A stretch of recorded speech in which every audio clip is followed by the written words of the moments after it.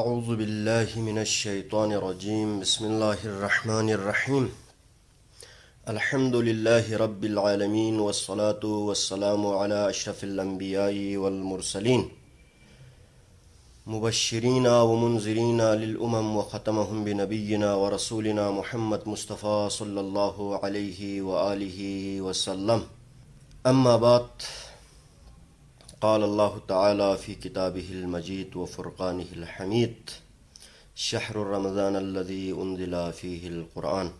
ناظرین کرام، تمام عالم اسلام، تمام مسلمانان جہان کی خدمت میں حلول ماہ مبارک رمضان المبارک کے حوالے سے تبریک و تہنیت پیش کرتا ہوں۔ ساتھ ہی ہم پروردگار لم یزل کے درگاہ میں شکر گزار ہیں کہ پروردگار لم یزل نے ہمیں ایک دفعہ پھر موقع بخشا، ایک دفعہ ہماری زندگی کو فرصت ملی کہ ہم ایک بار پھر اس ماہ مبارک رمضان میں داخل ہوئے اور خداوند عالم وحدہ لا شریک کے دسترخوان پر مہمانی کا ہمیں شرف حاصل ہوا، کیونکہ روزہ ایک ایسی عبادت ہے جس کے بارے میں پروردگار نے فرمایا الصوم لی وانا اجزی بہ یا اجزا بہ، میرے لیے ہے اور میں ہی اس کا جزا ہوں۔ خیر، اس کے حوالے سے تفصیلی بحث مطلوب ہے، تاہم اس ماہ مبارک میں جیسے کہ پہلے اعلان ہوا کہ ہم حضرت شیخ احمد غزالی کی سورہ یوسف کے حوالے سے جو انہوں نے ایک تفسیر لکھی ہے سورہ یوسف پر، بحر المحبہ فی اسرار المودہ کے نام سے،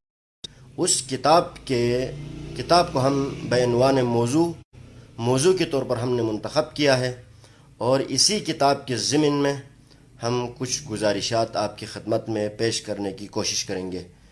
ہماری کوشش ہوگی کہ ہم اس رمضان المبارک کے اس مہینے میں روزانہ رات کے اسی ٹائم یا 5-10 منٹ آگے پیچھے ہو سکتے ہیں، اسی ٹائم ہم اس کتاب کو بعنوان درس آپ کی خدمت میں پیش کریں گے۔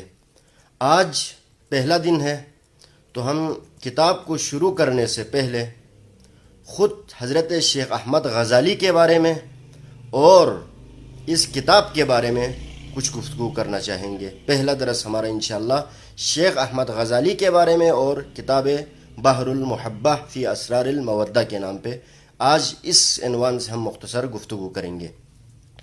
ناظرین محترم، حضرت شیخ احمد غزالی سلسلہ ذہب کے پیران پیر میں سے ہیں۔ سلسلہ ذہب جو کہ حضرت امام علی ابن موسیٰ الرضا علیہ السلام کے شاگرد و خلیفہ حضرت شیخ معروف کرخی سے جو سلسلہ چلا ہے، یہ سلسلہ ذہب کہلاتا ہے۔ اس سلسلہ ذہب کے بزرگان دین کی ایک خاص اہمیت، ان کی ایک خاص ویژگی یہ ہے، ان کی خاص خصوصیت یہ ہے کہ حضرت معروف کرخی سے لے کر جو ہمارے پیران پیر ہے، وہ صرف عمل تک محدود نہیں تھے، یا آپ دوسرے الفاظ میں اس کو کہیں کہ وہ صرف عبادت تک محدود نہیں تھے۔ عمل و عبادت ان کا یقیناً پہلا ہدف تھا، لیکن ساتھ انہوں نے تصنیف و تالیف میں بھی، کتاب نویسی میں بھی، تحریر میں بھی انہوں نے کارنامہ انجام دیا۔ ان بزرگان میں سے ایک اہم بزرگ حضرت شیخ احمد غزالی ہے۔ حضرت شیخ احمد غزالی، جیسے کہ غزالی کے نام سے جب ہم سنتے ہیں تو سب سے پہلے جو ذہن میں نام آتا ہے وہ امام محمد غزالی ہے، لہٰذا یہ یہاں پر میں اس کو وضاحت کرتا چلوں۔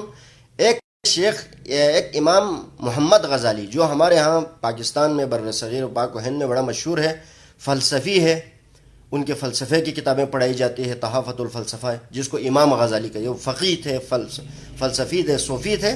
لیکن جو ہمارا موضوع سخن ہے، جو سلسلے ذہب کے پیران پیر میں سے جو ہے، وہ حضرت شیخ احمد غزالی ہے، محمد کا بھائی۔ حضرت شیخ احمد غزالی امام محمد غزالی کا چھوٹا بھائی ہے، لہٰذا امام احمد غزالی کے حوالے سے ہماری گفتگو ہوگی۔ شیخ احمد غزالی 453 ہجری، خیر ان کی ولادت معین نہیں ہے، لیکن تقریباً اندازاً 453 ہجری یعنی 1061 عیسوی میں توس میں پیدا ہوئے۔ توس اگر ہم ابھی آسان الفاظ میں کہیں تو طوس موجودہ مشہد یعنی ایران کے جو صوبہ خراسان ہے اس کو طوس کہلاتا ہے، لہٰذا شہر طوس میں کہتے ہیں. اسی لیے امام حضرت احمد غزالی کو احمد غزالی طوسی بھی کہا جاتا ہے. 453 ہجری میں ان کی ولادت ہوئی اور انہوں نے ایک بہترین زندگی گزاری، بہترین اس حوالے سے، علم کے حوالے سے، عمل کے حوالے سے. انہوں نے ظاہری و معنوی فنون حاصل کیے. مدرسہ نظامیہ بغداد جو کہ سالوں سال حوزہ علمیہ رہا ہے، علم کا مرکز رہا ہے، اس میں انہوں نے درس و تدریس بھی کی. اس پہ میں مختصر بعد میں کتابیں لکھے، رسالے لکھے، اس پر بھی آخر میں بحث کریں گے. یہ کتنے عظیم بزرگ تھے، کتنی ان کی شخصیت معروف تھی، اس پر اگر ہم روشنی ڈالنا چاہیں تو میں اس کے حوالے سے مختلف بزرگان دین نے ان کی تعریف کی ہے، ان کی تمجید بیان کی، شیخ احمد غزالی کی. ان میں سے میں صرف یہ سب آپ کی خدمت میں عرض نہیں کروں گا، صرف حضرت شاہ سید محمد نوربخش کا جو مشہور جملہ ہے وہ شیخ احمد غزالی کی تعریف میں کیا فرماتے تھے. حضرت میر سید محمد نوربخش نور اللہ مقامہ حضرت شیخ احمد غزالی کے حوالے سے سلسلۃ الاولیاء نامی کتاب میں فرماتے ہیں، کان ولیا مرشدا فی الطریقۃ وهو الذی کان فی الشریعۃ من فحول العلماء وفی الطریقۃ من کمل الاولیاء وفی الحقیقۃ بحر الاساہل لو کان یلقب بین الاولیاء بالجنید الثانی. شاہ سید محمد نوربخش غزالی طریقت میں ولی مرشد تھے، شریعت کے بڑے علماء میں سے تھے، اور طریقت میں اولیاء کاملین میں سے تھے، اور حقیقت میں ایسا سمندر تھا کہ اولیاء کے درمیان، ولیوں کے درمیان آپ جنید ثانی کے نام سے مشہور ہوئے. حضرت شیخ جنید بغدادی جیسے کہ آپ جانتے ہیں، تصوف کے میدان میں حضرت شیخ جنید بغدادی کو شیخ الطائفہ کہتے ہیں.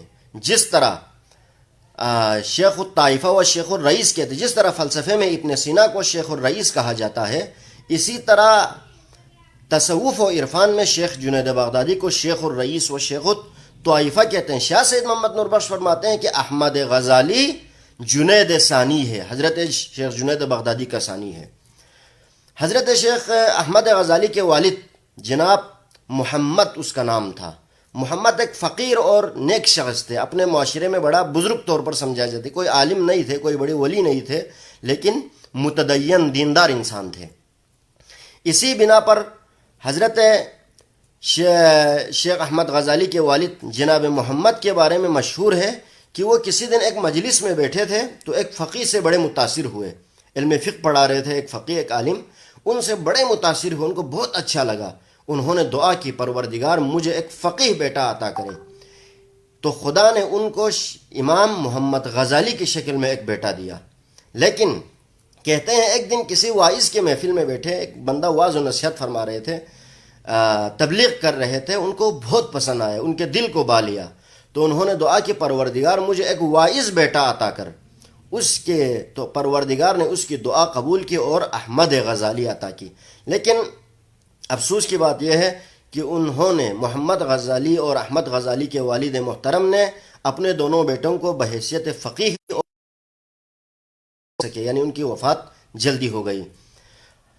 حضرت شیخ احمد غزالی نے ایک بہترین زندگی گزاری اور حضرت ابو بکر نساج طوسی کے ہاتھوں بیعت کی، اور حضرت شیخ ابو بکر نساج طوسی کی وفات کے بعد ان کا خلیفہ اور جانشین اور مرشد کے طور پر آپ دوبارہ ان کے مسند خلافت پر آپ بیٹھ گئے.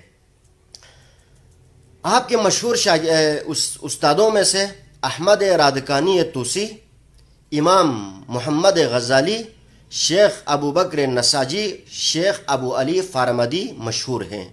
جبکہ شیخ احمد غزالی کی شاگردوں میں عین القضات حمدانی، حکیم ثنائی، ابو الفضل سائن، شیخ روزبہان باقلی مصری، شیخ ابو نجیب سہروردی، ابن شہر عاشوب مازندرانی وغیرہ مشہور ہے. شیخ احمد، جیسے میں نے پہلے عرض کیا، شیخ احمد غزالی کی خصوصیات میں سے ایک خصوصیت یہ ہے کہ انہوں نے تصنیف و تالیف کو بہت اہمیت دی. انہوں نے ایک عربی میں کتاب لکھی التجرید فی کلمۃ التوحید کے نام سے. یہ کتاب 1325 شمسی میں ہجری میں تقریباً 1907 عیسوی میں مصر سے شائع ہوئی۔ اس کے قلمی نسخے بنگال، سلیمانیہ، تہران اور قاہرہ وغیرہ میں ان کے کتاب خانوں میں محفوظ ہے۔ دوسری کتاب ان کے ہے داستان مراغان یا رسالۃ الطیر بھی جسے کہا جاتا ہے۔ یہ رسالہ کئی دفعہ شائع ہو چکا ہے اور اس کے قلمی نسخے بھی دنیا کے مشہور قلمی کتاب خانوں میں موجود ہے۔ یہ تقریباً 1355 شمسی میں تہران سے نصر اللہ جواد پوری کی تصحیح کے ساتھ، نصر اللہ پور جوادی کی تصحیح کے ساتھ مجلہ مسلم ورلڈ نے اس کو انگریزی میں شائع کیا ہے اور اس کے قلمی نسخے بھارت میں ہے، کلکتہ میں ہے، ایران کے کتاب خانوں میں اس کے قلمی نسخے تھے۔ ایک اور کتاب آپ کے مشہور سوانی ہے، یہ تصوف میں بے حد مقبول اور مشہور اور یہ بہت دفعہ شائع ہو چکی۔ اس کی مقبولیت کا اندازہ آپ لگائیں، یہ کتاب جرمن، انگریزی اور فرانسیسی ترجمے کے ساتھ شائع ہو چکی ہے، یعنی کتاب سوانی۔ اور اس کے نسخے پاکستان کے کتاب خانہ گنج بخش میں بھی ہے، پنجاب یونیورسٹی کے کتاب خانے میں بھی ہے، کراچی کے میوزیم میں بھی اس کے قلمی نسخے موجود ہے۔ اس کے علاوہ ایران کے مختلف کتاب خانوں میں کتاب سوانی کا قلمی نسخہ موجود ہے۔ ایک اور کتاب ہے لباب الاخیار، یہ ان کے اپنی بائی کا، ایک شیخ احمد غزالی کے بھائی امام محمد غزالی کی ایک مشہور کتاب ہے، اس کتاب کا یہ تقریباً خلاصہ ہے۔ ان کی جو مشہور کتاب ہے احیاء العلوم، امام محمد غزالی کی جو مشہور احیاء العلوم ہے اس کا خلاصہ ہے، یہ بھی بڑی شہرت پائی اس کتاب نے بھی۔ اس کے علاوہ رسالہ عینیہ ہے، یہ بھی تازیانہ سلوک کے نام سے بھی تہران سے شائع ہو چکا ہے یہ رسالہ۔ اور حضرت احمد غزالی کا یہ رسالہ ڈاکٹر جواد نوربخش نے بھی اسے شائع کیا ہے۔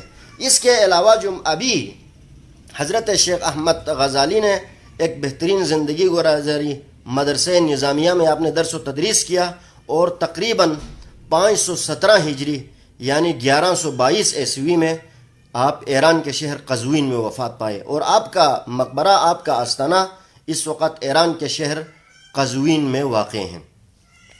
ناظرین محترم، ہم کتاب کو شروع کرنے سے پہلے، یعنی اس درس تفسیر کو شروع کرنے سے پہلے آج اس کتاب کے حوالے سے ہم مختصر گفتگو کریں گے۔ کتاب کے بارے میں نے پہلے عرض کیا، کتاب کا نام بحر المحبہ فی اسرار المودہ ہے، بڑا خوبصورت نام ہے۔ حضرت احمد غزالی کی خصوصیات میں سے ایک یہ ہے کہ بزرگان میں سے انہوں نے عشق حقیقی کے اوپر بہت سے کام کیے، عشق حقیقی کے اوپر انہوں نے بہت سی باتیں کی۔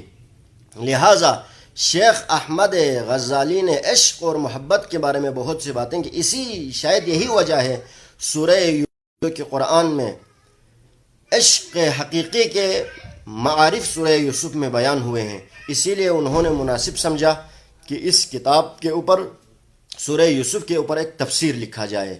اس تفسیر کا نام انہوں نے بحر المحبہ فی اسرار المودہ رکھا۔ بڑا خوبصورت نام ہے یہ کتاب کا۔ تو اس کتاب کے حوالے سے ہم کچھ گزارشات آپ کی خدمت میں پیش کریں گے کہ یہ کتاب اردو میں اس کا ابھی تک ترجمہ نہیں ہوا اور یہ میری خوش قسمتی ہے کہ میں اس کتاب کا بھی اردو میں ترجمہ کر رہا ہوں۔ انشاءاللہ بہت جلد یہ کتاب شائع ہو جائے گی۔ یہ کتاب اب تک 4-5 دفعہ شائع ہو چکی ہے عربی میں۔ اس کتاب کا اصل متن عربی میں ہے۔ 1325 شمسی میں مرزا حسن فقیہی نے اس اسرار عشق کے نام سے اس کا فارسی میں ترجمہ کر کے تہران سے شائع کیا۔ 1356 شمسی میں محمد روشن نامی بندے نے اس کی تصحیح کر کے اس کو تہران سے، اور اسی کتاب کو 1176 ہجری میں بمبئی سے یہ کتاب ایک دفعہ شائع ہو چکی۔ اس کے علاوہ یہ کتاب دوبارہ ایک دفعہ بمبئی سے 1312 میں بھی ایک دفعہ یہ شائع ہو چکی ہے، اور اس کتاب کا بھی تازہ ایک ترجمہ احسن القصص کے نام سے افشین نامی ایک بندے نے کتاب اس کا ایران میں اس کا ترجمہ کر کے فارسی میں یہ کتاب شائع ہو چکی ہے، لیکن یہ کتاب ابھی تک عربی اور فارسی میں ہے، اس کا اردو میں ترجمہ اب تک نہیں ہوا۔ تو انشاءاللہ ہم اس کا اردو میں ترجمہ ساتھ ساتھ کر رہے ہیں۔ تو میں نے سوچا اس رمضان المبارک میں، اس پاک مہینے میں جہاں پر کورونا جیسی وبا کی وجہ سے ہم سب گھروں میں محصور ہیں، تمام دنیا میں لوگ گھروں میں محصور ہیں، تو اسی موقع سے فائدہ اٹھاتے ہوئے اس کتاب کو بعنوان روزانہ مختصر، میں زیادہ ٹائم نہیں لوں گا، روزانہ 15 سے زیادہ 20 منٹ نہیں تو 15 منٹ آپ کی خدمت میں گفتگو کروں گا. کوشش کروں گا اس کتاب کا مفہوم و معانی مطالب جو احمد غزالی جیسے بزرگ ہستی نے پیش کیا ہے وہ آپ کی خدمت میں پہنچاؤں. تو آج پہلا درس ہے ہمارا، میں اس کو مزید طول نہیں دوں گا. میری دعا ہے کہ انشاءاللہ ہمیں اس رمضان المبارک میں اس کتاب کو بہترین انداز میں شیخ احمد غزالی کے مطالب کو آپ تک پہنچانے کی خدا مجھے توفیق دے. انشاءاللہ اسی کے ساتھ آپ لوگ بھی روزانہ گوش گزار کریں گے اس درس کو، مجھے امید ہے. اور اسی کتاب کے حوالے سے، اس درس کے حوالے سے جو بھی سوالات ہوں گے آپ ہمارے پیج پر شیئر لکھ سکتے ہیں اسی پیج پر، اور اس کمنٹس میں بھی لکھ سکتے ہیں. جو بھی اس کتاب کے حوالے سے اور شیخ احمد غزالی کے حوالے سے جو سوالات ہوں گے انشاءاللہ میں کوشش کروں گا ان کا جواب دینے کی. اور میری دعا ہے آخر میں، پروردگارہ اس ماہ مبارک رمضان میں ہمیں تیری بندگی کی توفیق عطا عنایت فرما. پروردگارہ حقیقی بندگی جس طرح ہمارے بزرگان دین نے کی ہے، جس طرح ہمارے ائمہ طاہرین نے کی ہے، انبیاء و مرسلین نے کی ہے، پروردگارہ اس طرح ہمیں بندگی کرنے کی، تیری عبادت کرنے کی توفیق عطا فرما. ساتھ ہی پروردگارہ اس وقت عالم انسانیت، نہ صرف میں مسلمانوں کی بات نہیں کر رہا، پوری انسانیت ایک وبا میں مبتلا ہے، ایک مشکل ہم پر آ پڑی ہے. پروردگارہ اس رمضان کے صدقے، اس ایام اللہ کے صدقے، اس مہینے میں تیرے جو بندے خلوص نیت سے تجھے مناجات کرتے ہیں، دعا کرتے ہیں، اس کے صدقے پروردگارہ ہمیں اس وبا سے جلد از جلد نجات عطا فرما. تمام عالم انسانیت کو اس وبا سے نجات عطا فرما. ساتھ ہی پروردگارہ ہمیں جو بھی اس بیماری میں مبتلا ہے یا دیگر کسی بیماری میں پروردگارہ بیمار ہے، اس بیماری کی وجہ سے پروردگارہ ان کو شفائے عاجل و کامل و مستمرہ عطا فرما. آپ سب کا شکریہ کہ آپ سب اس کو لائیو دیکھ رہے ہیں. مجھے امید ہے کہ انشاءاللہ ہمارے یہ درس کا سلسلہ روزانہ جب تک جاری رہے گا آپ ہمارے ساتھ دیں گے اور اس کو شیئر کر کے مختلف طریقوں سے لوگوں تک پہنچائیں گے. اور جو بھی سوالات ہوں گے انشاءاللہ پیش کریں گے ہم اس کو اسی موضوع سے مربوط سوالات، کیونکہ اگر دوسرے سوالات جب کریں گے تو اس پہ ظاہری بات ہے تفصیلی بحث ہو جائے گی تو ہم موضوع سے ہٹ جائیں گے. لہٰذا فی الحال اسی موضوع سے مربوط جو بھی سوالات ہوں گے آپ پیش کریں گے، ہم انشاءاللہ جواب دینے کی کوشش کریں گے. آج کے لیے میں اتنا ہی کافی سمجھتا ہوں، اس دعا کے ساتھ کہ ہمیں انشاءاللہ کل دوبارہ یہ درس سننے کی اور درس دینے کی ہمیں توفیق عطا فرما. ربنا تقبل اعمالنا ودعاءنا بحرمت سید المرسلین وآلہ الطاہرین برحمتک یا ارحم الراحمین. اللہم صلی علی محمد وآل محمد.